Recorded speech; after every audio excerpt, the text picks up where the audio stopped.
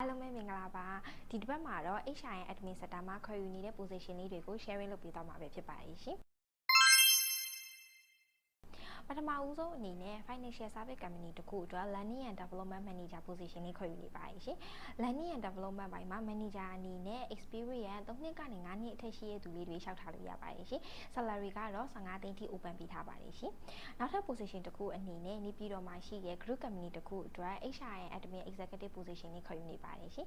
HR admin generalist ဘိုင်းကို experience 2နှစ်ကနေ3နှစ်အထက်ရှိတဲ့သူလေးတွေလျှောက်ထားလို့ရပါတယ်ရှင် salary ကတော့10သိန်းထိ open ပေးထားပါတယ်ရှင်နောက်ဆုံး position တခုအနေနဲ့ဒီ international school တခုအတွက် HR manager လေးခေါ်ယူနေပါတယ်ရှင်international school ဖြစ်တဲ့အတွက်ကြောင့်မို့လို့ education background မှာ HR manager နဲ့ experience 3နှစ်အထက်ရှိတဲ့သူလေးတွေလျှောက်ထားလို့ရပါတယ်ရှင် salary ကတော့30ထိ open ပေးထားပါတယ်ရှင်အခုပြောပြသွားတဲ့ position လေးတွေကိုစိတ်ဝင်စားလို့လျှောက်ထားခြင်းနေဆိုလို့ရှိရင်တော့ပြထားတဲ့ email လေးကို CV လေးပို့ပေးလို့ရပါတယ်ရှင်